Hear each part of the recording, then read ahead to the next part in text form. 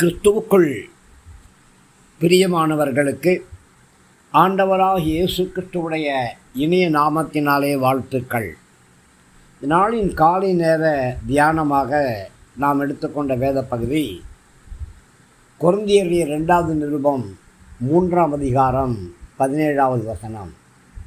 கர்த்தரே ஆவியானவர். கர்த்தருடைய ஆவி எங்கே உண்டோ அங்கே விடுதலை உண்டு. பிரியமானவர்களே, கர்த்தருடைய ஆவியானவர் பரிசுத்த ஆவியானவர் என்று அழைக்கப்படுகிறார்.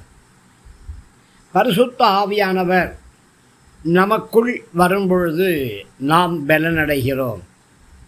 எருசலேமிலும் யூதேயாவிலும் சமாரியாவிலும் உலகத்தின் முடிவு பரியந்தம் இயேசு கிறிஸ்துவுக்கு நாம் சாட்சிகளாய் நிற்கிறோம். கர்த்தருடைய ஆவியானவர் நம்முடைய ஆவியை பலப்படுத்துகிறார், நம்முடைய ஆத்துமாவை பலப்படுத்துகிறார், நம்முடைய சரீரத்தை பலப்படுத்துகிறார். பரிசுத்த ஆவியானவர் நமக்குள் வந்து நம்மை ஆளுகை செய்கிறார். ஆவிக்குரிய வரங்களால் நம்மை நிரப்புகிறார். ஆவிக்குரிய கனிகளால் நம்மை அலங்கரிக்கிறார். ஆவிக்குரிய குணங்கள் நமக்குள் கர்த்தருடைய ஆவியானவரால் பாதுகாக்கப்படுகிறது, ஊட்டப்படுகிறது.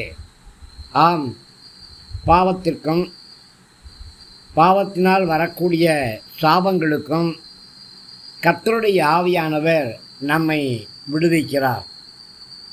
மாம்சத்தின்படி நடக்கும் பொழுது மரணம், ஆனால் ஆவிக்குரிய பிள்ளைகளுக்கு உண்டானது ஜீவன், சமாதானம். பரிசுத்த ஆவியானவர் ஜீவனை நமக்கு கொடுத்திருக்கிறார். ஆமென்.